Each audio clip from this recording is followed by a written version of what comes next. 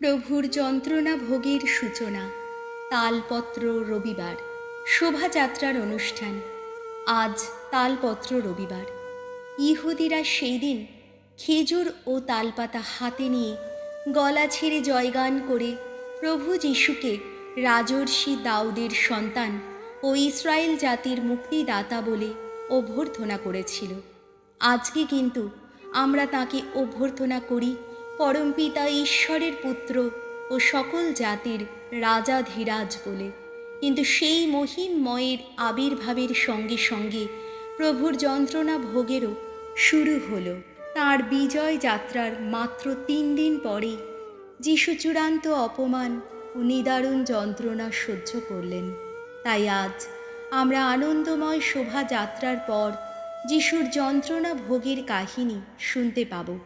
তাতে আমাদের স্মরণ করিয়ে দেওয়া হবে যে প্রভু যিশুকে যেমন অনন্ত গৌরব লাভের আগে ক্রুশের উপর লজ্জাকর মৃত্যু সহ্য করতে হয়েছিল, তেমনি আমরা যদি তার শাশ্বত গৌরবের অংশীদার হতে চাই, তবে তার দুঃখ কষ্টের কিছুটা আমাদেরও নিতে হবে।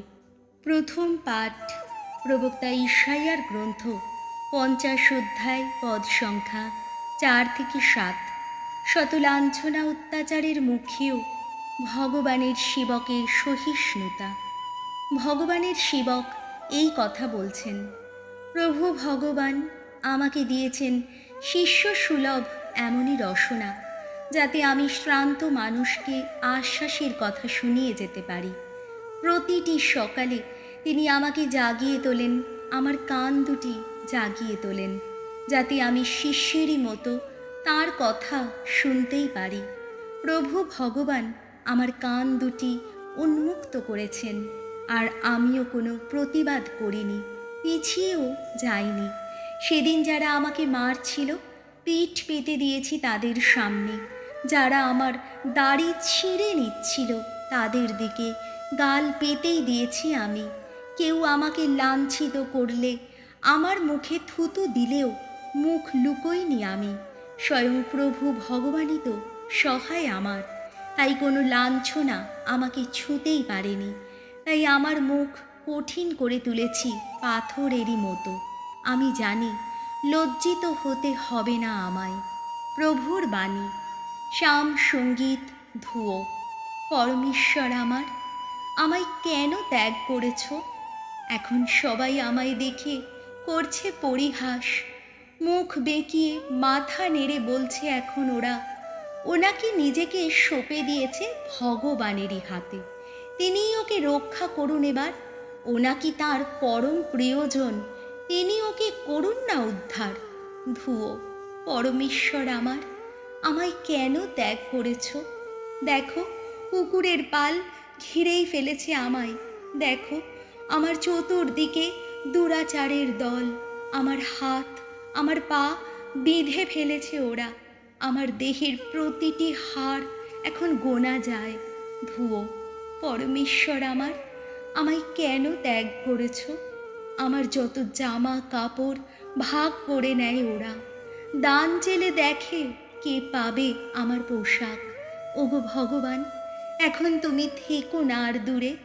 শক্তি আমার, আমার সহায় হতে শীঘ্রই এগিয়ে এসো তুমি। ধুয়ো। পরমেশ্বর আমার, আমায় কেন ত্যাগ করেছ? ভাতৃসভায় তোমার নাম প্রচার করব আমি। ধর্মসভায় গাইব আমি তোমার স্তুতি গান। ভগবানকে সম্ভ্রম করো যারা, গাও তাঁর স্তুতি গান। তোমরা সবাই করো তাঁর মহিমা কীর্তন। ধুয়ো। পরমেশ্বর আমার, আমায় কেন ত্যাগ করেছ? দ্বিতীয় পাঠ ফিলিপিওদের কাছে প্রেরিত দূত পলের পত্র, ২ অধ্যায় পদ সংখ্যা ৬ থেকে ১১। খ্রিস্ট নিজেকে নমিত করলেন, তাই ঈশ্বর তাকে সব কিছুর ওপরে উন্নীত করলেন। খ্রিস্ট যিশু স্বরূপে ঈশ্বর হয়েও ঈশ্বরের সঙ্গে তার সমতুল্যতাকে আঁকড়ে থাকতে চাইলেন না, বরং নিজেকে তিনি রিক্ত করলেন। দাসের স্বরূপ গ্রহণ করে তিনি মানুষের মতো হয়েই জন্ম নিলেন। আকারে প্রকারে মানুষের মতো হয়ে তিনি নিজেকে আরও নমিত করলেন। চরম আনুগত্য দেখিয়ে তিনি মৃত্যু, এমনকি ক্রুশেই মৃত্যু মেনে নিলেন।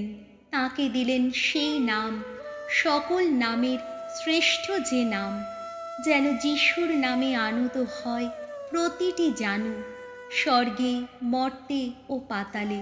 প্রতিটি জিহ্বা যেন এই সত্য ঘোষণা করে, যিশু খ্রিস্ট স্বয়ং প্রভু। আর এতেই যেন প্রকাশিত হয় পিতা ঈশ্বরের মহিমা। বাণী বন্দনা। প্রভু যিশু আমাদের ভালোবেসে হলেন অনুগত, মৃত্যু বরণেও। আহা, ক্রুশে মৃত্যু বরণেও। তাই ঈশ্বর তাকে করেছেন পরম মহিয়ান, দিয়েছেন সেই নাম, সকল নামের শ্রেষ্ঠ যে নাম। লুক রচিত প্রভু যিশুর যন্ত্রণা ভোগ কাহিনী, সম্পূর্ণ পাঠ। 22 অধ্যায়, পদ সংখ্যা 14 থেকে 23 অধ্যায়, পদ সংখ্যা 56। যিশুর প্রবর্তিত নতুন নিস্তার ভোজ। যখন নিস্তার ভোজের সময় এলো, তখন যিশু খাবার আসনে এসে বসলেন। তার সঙ্গে বসলেন প্রেরিত দূতেরা। তিনি তাদের বললেন, আমি তো একান্তভাবেই চেয়েছিলাম আমার যন্ত্রণা ভোগের আগে তোমাদের সঙ্গে এই নিস্তার ভোজে আমি বসব। কারণ আমি তোমাদের বলে রাখছি, যতদিন না এই ভোজ ঐশ্ব রাজ্যে সম্পূর্ণ সার্থক হয়ে ওঠে, ততদিন আমি আর কখনো এই ভোজে বসব না।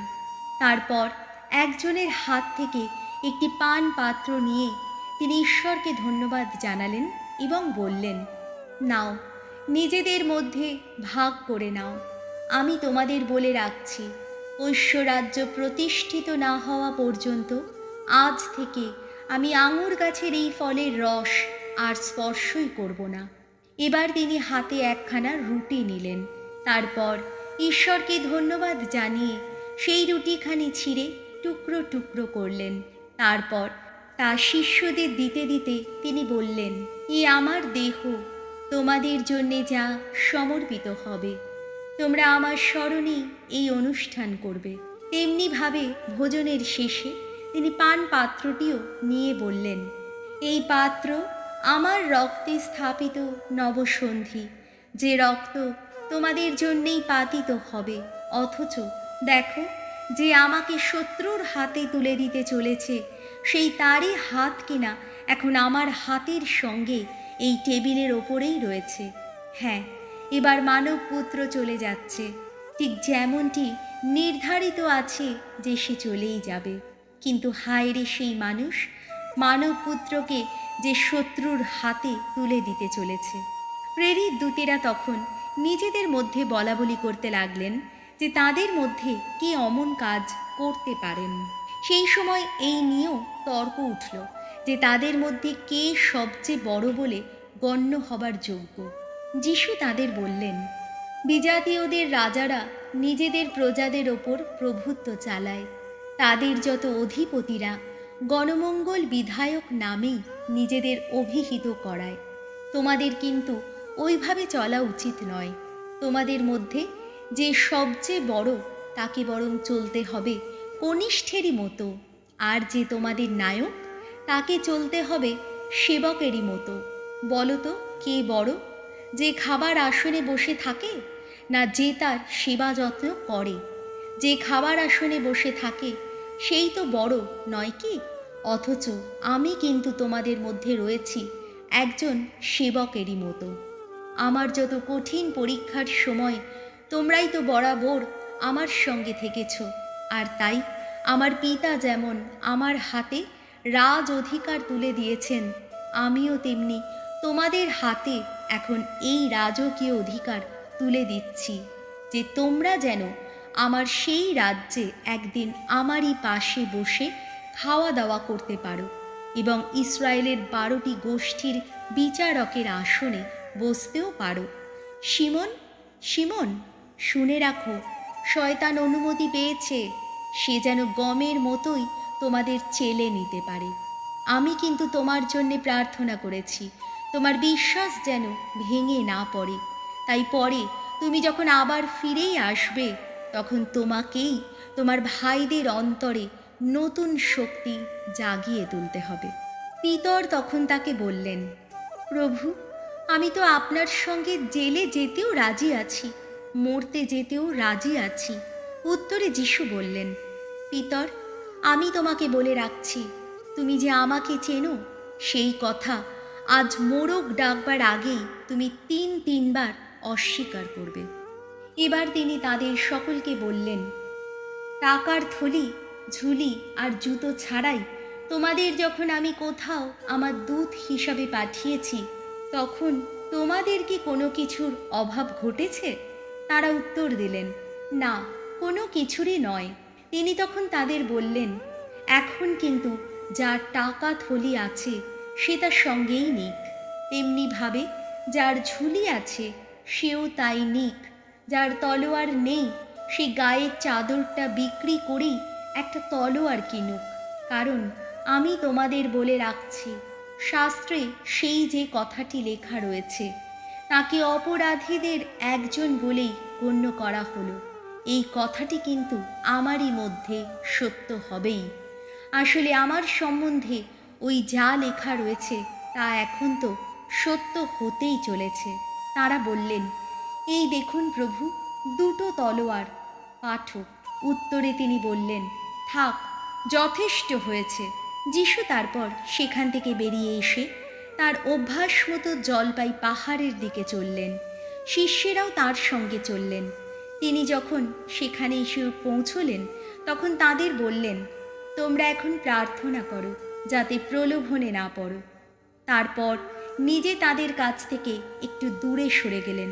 একটা পাথর ছুঁড়লে যত দূর যায়, মোটামুটি তত দূরেই সেখানে নতজানু হয়ে তিনি এই বলে প্রার্থনা করতে লাগলেন, হে পিতা, তুমি যদি চাও তাহলে এই পান পাত্রটি আমার সামনে থেকে সরিয়ে নিয়ে যাও, তবে আমার ইচ্ছা নয়, তোমারই ইচ্ছা পূর্ণ হোক। সেই সময় স্বর্গ থেকে এক দেবদূত এসে তার সামনে আবির্ভূত হলেন, তার অন্তরে শক্তি দিতে লাগলেন। যিশুর মর্ম যন্ত্রণা তখন চরমে উঠেছে। সেই সময় তিনি আরও একান্তভাবে প্রার্থনা করতে লাগলেন। তখন হলো কি, তার ঘাম যেন বড় বড় রক্তের ফোঁটা হয়ে মাটিতে ঝরে পড়তে লাগলো। প্রার্থনার শেষে উঠে তিনি যখন শিষ্যদের কাছে ফিরে এলেন, তখন তিনি দেখলেন যে দুঃখে কাতর হয়ে তারা ঘুমিয়ে পড়েছেন। তিনি বললেন, সে কি, তোমরা ঘুমোচ্ছ? নাও, ওঠো, প্রার্থনা করো যাতে প্রলোভনে না পড়ো। তখনও তিনি কথা বলছেন, এমন সময় দেখা গেল বহু লোক সেখানে আসছে। তাদের পথ দেখিয়ে নিয়ে আসছেন সেই 12 জনের একজন, যার নাম জুদা। তিনি যিশুকে চুম্বন করার জন্যে তার কাছে এগিয়ে এলেন। যিশু তাকে বললেন, জুদা, তুমি কি চুম্বন দিয়েই মানব পুত্রকে শত্রুর হাতে তুলে দিচ্ছ? তখন যিশুর সঙ্গীরা কি ঘটতে চলেছে তা বুঝতে পেরে বলে উঠল, বলুন প্রভু, তলোয়ারের একটা কোপ বসাবো নাকি? আর সঙ্গে সঙ্গে তাদের একজন মহাযাজকের চাকরের ওপর এক কোপ বসিয়ে দিলেন। তার ডান কানটা তিনি কেটেই ফেললেন। কিন্তু যিশু তখন বললেন, এবার ক্ষান্ত হও, আর নয়। তারপর তিনি ওই চাকরটির কান স্পর্শ করে সারিয়ে তুললেন। এবার যে যে প্রধান যাজক, মন্দির রক্ষীদের যে যে অধিনায়ক এবং যেসব প্রবীণ তাকে ধরতে এসেছিলেন, যিশু তাদেরই লক্ষ্য করে বলে উঠলেন, আপনারা এই যে তলোয়ার ও লাঠি নিয়ে পথে বেরিয়েছেন, আপনারা কি আমাকে দস্যু ভেবেছেন নাকি? দিনের পর দিন আমি যখন আপনাদের সঙ্গে মন্দিরে ছিলাম, কই, তখন আপনারা তো আমাকে ধরবার জন্যে হাত বাড়াননি। কিন্তু এখন যে আপনাদেরই সময় এসেছে, এখন যে অন্ধকারের জয়েরই পালা চলেছে। তারা তখন যিশুকে বন্দি করে মহাযাজকের বাড়িতে নিয়ে গেলেন। পিতর বেশ খানিকটা দূরত্ব রেখে পিছু পিছু গেলেন। বাড়ির উঠোনের মাঝখানে আগুন জ্বালিয়ে লোকজনেরা তার পাশে বসেছিল। পিতরও তার মধ্যে গিয়ে সেখানে বসলেন। তাকে সেখানে আগুনের আলোয় বসে থাকতে দেখে একজন দাসী তার দিকে এক দৃষ্টে তাকিয়ে বলল, এই লোকটাও তো ওর সঙ্গে ছিল। কিন্তু তিনি তা অস্বীকার করে বললেন, না মেয়ে, আমি ওকে চিনিই না। কিছুক্ষণ পরে আর একজন তাকে দেখে বলল, তুমিও তো ওদেরই একজন। কিন্তু পিতর বললেন, না মশাই, আমি ওদের লোক নই। ঘণ্টাখানিক পরে আর একজন লোক বেশ জোরের সঙ্গে বলল, নিশ্চয়ই এই লোকটিও ওর সঙ্গে ছিল, দেখছো না, এ তো গালিলিয়ারই লোক। পিতর উত্তর দিলেন, মশাই, আপনি যে কি বলছেন বুঝতেই পারছি না। আর তিনি তখনও কথা বলছেন, সেই সময় একটা মোড়ক ডেকে উঠল। প্রভু তখন ফিরে পিতরের দিকে একবার তাকালেন। প্রভু সেই যে তাকে বলেছিলেন, তুমি যে আমারই একজন, আজ মোড়ক ডাকবার আগেই তুমি তা তিনবার অস্বীকার করবে। কথাটা এবার পিতরের মনে পড়ে গেল। সেখান থেকে বেরিয়ে এসে তিনি তখন দুঃখের জ্বালায় কাঁদতে লাগলেন। মহাযাজকের প্রাসাদে বিদ্রূপে প্রহারে লাঞ্ছিত যিশু, যারা যিশুকে পাহারা দিচ্ছিল, তারা এই সময় যিশুকে উপহাস করতে লাগলো, মারধর করতে লাগলো। তার চোখ বেঁধে তারা প্রশ্ন করতে লাগলো, নাও এবার দিব্যজ্ঞান দেখাও দেখি, বলো দেখি কে তোমাকে মারলো। তাছাড়া তারা আরও অনেক যা তা কথা বলে তাকে অপমান করতে লাগলো। ইহুদিদের মহাসভায় আসামি যিশুর বিচার। তারপর যখন সকাল হলো, প্রধান যাজকদের ও শাস্ত্রীদের নিয়ে জাতির প্রবীণদের যে পরিষদ ছিল, তখন তার অধিবেশন বসল। তারা যিশুকে নিয়ে এলেন তাদের সেই মহাসভায়। তারা বললেন, তুমি যদি সেই খ্রিস্টই হও, তবে সে কথা আমাদের বলো। যিশু উত্তর দিলেন, আমি যদি তা বলি আপনারা তো বিশ্বাস করবেন না, আর যদি কোনো প্রশ্নই করি আপনারা তো উত্তরও দেবেন না। তবে আজ থেকে মানবপুত্র কিন্তু সর্বশক্তিমান ঈশ্বরের ডান পাশেই বসে থাকবে। সবাই তখন বলে উঠলেন, তুমি কি তাহলে ঈশ্বরেরই পুত্র? উত্তরে তিনি বললেন, আপনারা নিজেরাই তো বলছেন আমি তাই। তখন তারা বললেন, এরপরেও কি সাক্ষ্য প্রমাণের কোনো প্রয়োজন আছে? আমরা নিজেরাই তো ওর নিজের মুখ থেকে কথাটা শুনলাম। উপস্থিত সকলেই তখন উঠে যিশুকে পিলাতের সামনে নিয়ে গেলেন। সেখানে তারা তার বিরুদ্ধে এই বলে অভিযোগ করতে লাগলেন যে, আমরা প্রমাণ পেয়েছি এই লোকটা আমাদের জাতির মধ্যে শাসন অস্বীকার করার মনোভাব ছড়াচ্ছে। এ তো সিজারের রাজস্ব মিটিয়ে দিতে বারণ করছে এবং বলে বেড়াচ্ছে এ নাকি স্বয়ং খ্রিস্ট, এ নাকি রাজা। পিলাত যিশুকে জিজ্ঞেস করলেন, তুমি কি ইহুদিদের রাজা? তিনি উত্তর দিলেন, আপনি নিজেই তো সে কথা বলছেন। তখন পিলাত প্রধান যাজকদের ও সমবেত লোকদের বললেন, আমি তো ওর দণ্ডনীয় কোনো অপরাধ খুঁজে পাচ্ছি না। কিন্তু তাঁরা আরও জোর দিয়ে বলতে লাগলেন, ও যে জনসাধারণের মধ্যে একটা আন্দোলন বাঁধাচ্ছে সারা জুদেয়া দেশে, সেই গালিলিয়া থেকে আরম্ভ করে এখানে পর্যন্ত কী সব প্রচার করে বেড়াচ্ছে। এই কথা শুনে পিলাত জিজ্ঞেস করলেন যে লোকটির দেশ গালিলিয়া কিনা।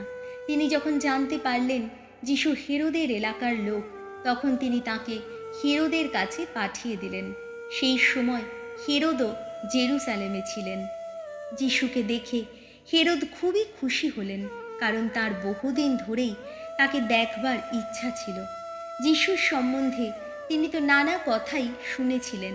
তিনি আশা করেছিলেন এবার যিশুর দেখানো কোনো না কোনো অলৌকিক নিদর্শন তিনি দেখতে পাবেন। তিনি তাকে অনেক প্রশ্ন করলেন, কিন্তু যিশু কোনো উত্তরই দিলেন না। এদিকে প্রধান যাজকেরা ও শাস্ত্রীরা সেখানে দাঁড়িয়ে তখন তার বিরুদ্ধে তীব্রভাবে নানা অভিযোগ আনছিলেন। শেষে হেরোদ যিশুর প্রতি অবজ্ঞা দেখিয়ে তাকে উপহাস করতে লাগলেন। তার রক্ষী দলের লোকেরাও তাই করতে লাগলো। তারপর একটা জমকালো পোশাক পরিয়ে হেরোদ যিশুকে আবার পিলাতের কাছে পাঠিয়ে দিলেন। সেদিন হেরোদ আর পিলাত বন্ধু হয়ে উঠলেন। এতদিন তাদের দুজনের মধ্যে শত্রুতাই ছিল। পিলাত এবার প্রধান যাজকদের, সমাজ নেতাদের এবং উপস্থিত লোকদের সবাইকে কাছে ডেকে বললেন, এই লোকটা নাকি জনসাধারণের মধ্যে রাজদ্রোহিতার মনোভাব ছড়িয়ে বেড়াচ্ছে। তোমরা তো এই অভিযোগ এনেই একে আমার সামনে হাজির করেছ। আর দেখো, আমি তো এখানে তোমাদের সামনেই একে জেরা করেছি। অথচ যেসব বিষয়ে তোমরা এর বিরুদ্ধে অভিযোগ এনেছ, সেই সব বিষয়ে আমি তো এর কোনো দণ্ডনীয় অপরাধী খুঁজে পেলাম না। হেরোদও তেমন কিছু পাননি। তিনি তো একে আবার বিচারের জন্যে আমাদের কাছে পাঠিয়েছেন। তাতেই বোঝা যাচ্ছে এ মৃত্যুদণ্ড পাবার মতো কোনো কিছুই করেননি। তাই আমি এখন একে চাবুক মারার পর ছেড়েই দেব। কিন্তু তারা তখন চিৎকার করে সমস্বরে বলতে লাগলো, না, ওকে শেষ করে ফেলো, বারাব্বাসকেই বরং আমাদের জন্য মুক্ত করে দাও। এক সময় মহানগরীতে একটা বিদ্রোহ ঘটেছিল। সেই বিদ্রোহে যোগ দেবার জন্যে এবং নরহত্যা করার জন্যেই বারাব্বাসকে কারাগারে রাখা হয়েছিল। পিলাতের তো ইচ্ছাই ছিল যে যিশুকে মুক্ত করে দেবেন। তাই তিনি লোকদের সামনে আবার তার বক্তব্য রাখলেন। কিন্তু তারা চেঁচিয়ে বারবার বলতে লাগলো, ক্রুশে দাও, ওকে ক্রুশে দাও। তৃতীয়বার তিনি বললেন, কেন, ও কি অন্যায় করেছে? আমি তো মৃত্যুদণ্ড দেবার মতো কোনো অপরাধ ওর মধ্যে খুঁজে পাচ্ছি না। তাই আমি ওকে চাবুক মারার পর ছেড়েই দেব। কিন্তু তারা তখন জেদ করে প্রচণ্ড চিৎকারে বারবার দাবি জানাতে লাগলো তাকে যেন ক্রুশেই দেওয়া হয়। শেষে তাদের সেই চিৎকারেরই জয় হলো। পিলাত তখন রায় দিলেন তাদের ওই দাবি মেনে নেওয়া হবে।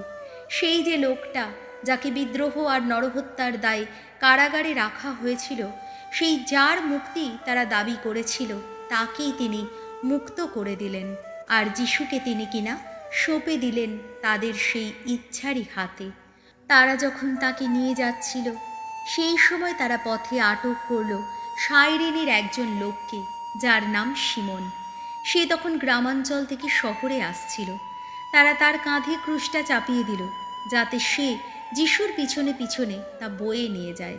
সেই সময় বহু লোক ভিড় করে যিশুর পিছনে পিছনে চলতে লাগলো। তাদের মধ্যে অনেক স্ত্রী লোকও ছিল। তারা তখন মনের দুঃখে বুক চাপড়াচ্ছিল, যিশুর জন্য হাই হাই করছিল।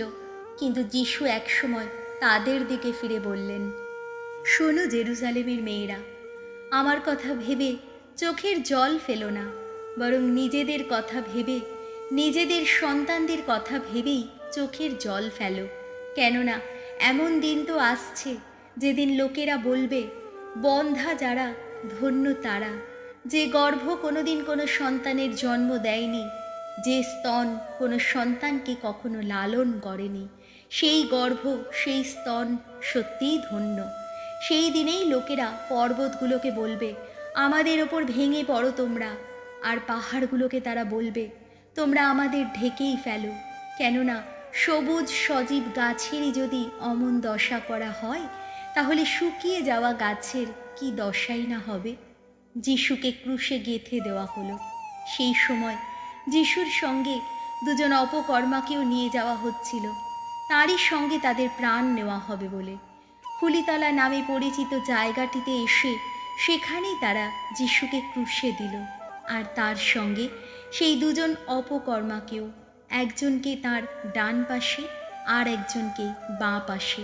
সেই সময় যিশু বলে উঠলেন, পিতা, ওদের ক্ষমা করো, ওরা যে কি করছে ওরা তা জানে না। ক্রুশবিদ্ধ যিশুর প্রতি বিদ্রূপ ও অপমান, একজন অপকর্মার আশ্চর্য মিনতি। তারা তখন দান চেলে তার জামা কাপড় নিজেদের মধ্যে ভাগ করে নিল। লোকেরা সেখানে দাঁড়িয়ে দাঁড়িয়ে সব কিছু দেখে যাচ্ছিল।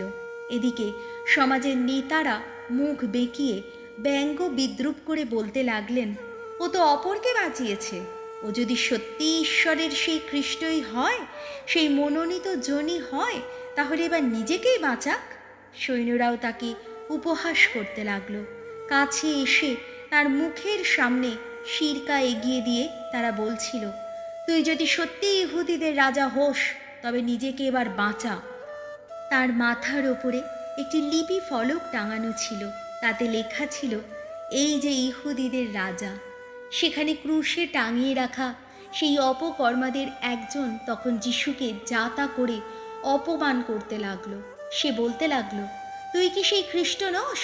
তাহলে এবার নিজেকেও বাঁচা, আমাদেরও বাঁচা। তাতে অন্যজন কিন্তু তাকে ধমক দিয়ে বলে উঠল, তুই কি ঈশ্বরকেও ভয় করিস না? একই শাস্তি তো ভোগ করছিস।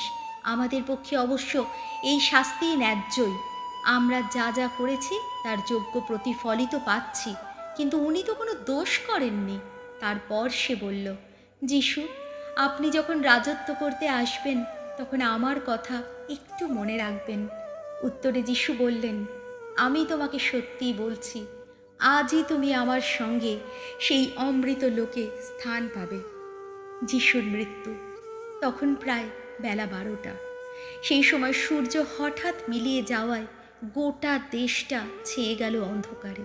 বেলা 3টে পর্যন্ত এমনি অন্ধকারই রইল। আর তখন মন্দিরের সেই আড়াল পর্দাটি মাঝখান থেকে ছিঁড়ে গিয়ে ভাগ হয়ে গেল।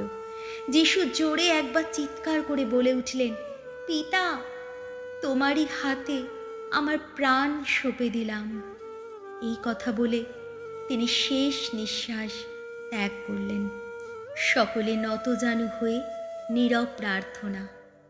যিশুর মৃত্যুর পর যা ঘটল তা দেখে সেখানে উপস্থিত শতানিক ঈশ্বরের বন্দনায় মুখর হয়ে উঠলেন। তিনি বললেন, সত্যি উনি ধার্মিক মানুষ ছিলেন। এদিকে যেসব লোক এই দৃশ্য দেখবার জন্যে সেখানে এসে জড়ো হয়েছিল, যা কিছু ঘটেছে তা দেখবার পর তারা সকলেই বুক চাপড়াতে চাপড়াতে ঘরে ফিরে গেল। যারা যিশুর ঘনিষ্ঠজন ছিলেন তারা সবাই এতক্ষণ সেখানে একটু দূরে দাঁড়িয়েছিলেন। আর সেখানে ছিলেন সেই সব স্ত্রীলোকও যারা গালিলিয়া থেকে তাঁর সঙ্গে সঙ্গে এসেছিলেন। সব কিছুই দেখছিলেন তারা। এখন যোসেফ নামে একজন লোক ছিলেন, মহাসভার একজন সদস্য, সৎ ধার্মিক মানুষ ছিলেন তিনি। অন্যান্য সদস্যদের অমন মতলবে অমন কাজে তিনি সায় দিতে পারেননি। তিনি ছিলেন ইহুদি শহর আরিমাথিয়ার মানুষ। কবে ঐশ্বরাজ্যের প্রতিষ্ঠা হবে তারই প্রতীক্ষায় ছিলেন তিনি। পিলাতের কাছে গিয়ে তিনি তখন যিশুর দেহটি চাইলেন। তারপর ক্রুশ থেকে নামিয়ে দেহটিকে তিনি একটি খোমের কাপড়ে জড়িয়ে নিলেন। তারপর পাথরের গায়ে কেটে নেওয়া এমন একটি সমাধি গুহায় যিশুকে শায়িত করলেন তিনি, যেখানে এর আগে অন্য কাউকে শায়িত করা হয়নি। সেদিন ছিল পর্বের প্রস্তুতি দিবস। ততক্ষণে বিশ্রাম বাড়ির প্রদীপগুলিও জ্বলতে শুরু করেছে। সেই যেসব স্ত্রীলোক যারা যিশুর সঙ্গে গালিলিয়া থেকে এসেছিলেন, তারা যোসেফের পিছনে পিছনে এসে সমাধিটি কীরকম আর কিভাবে সেখানে যিশুর দেহটি রাখা হয়েছে তা লক্ষ্য করে দেখলেন। তারপর ঘরে ফিরে গিয়ে তারা নানা ধরনের গন্ধদ্রব্য ও সুগন্ধি তেল তৈরি করলেন। বিশ্রাম বাড়ি কিন্তু তারা বিধানের নির্দেশ মতো কাজকর্ম বন্ধ রেখেই দিনটি কাটালেন। প্রভু যিশুর মঙ্গল সমাচার।